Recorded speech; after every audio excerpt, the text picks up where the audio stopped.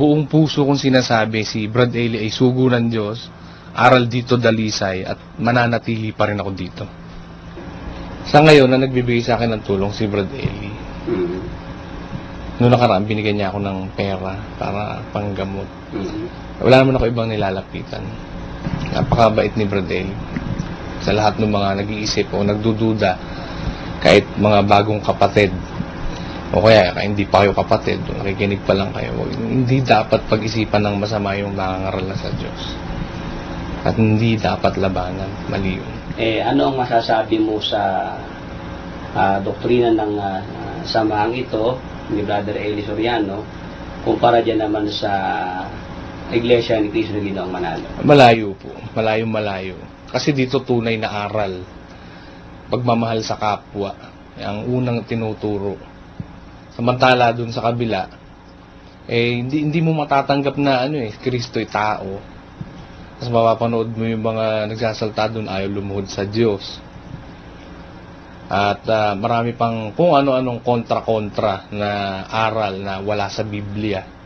Yun ang maririnig mo sa kanila. Samantalang dito, pag si Brad Eli nagsalita, maliliwanagan ka, makikita mo yung linaw nung aral na tinuturo ng Panginoong Hesukristo. Malaki pagkakaiba, malayo. Milya-milya yung agwat. Tsaka hindi naman dapat pinagkukumpara yung totoo sa hindi totoo . Alam mo naman yung totoo, di ba? Hindi ako sasama. Dahil alam ko yung aral, alam ko mangyayari sa akin in the future pag sumama ako sa kanila.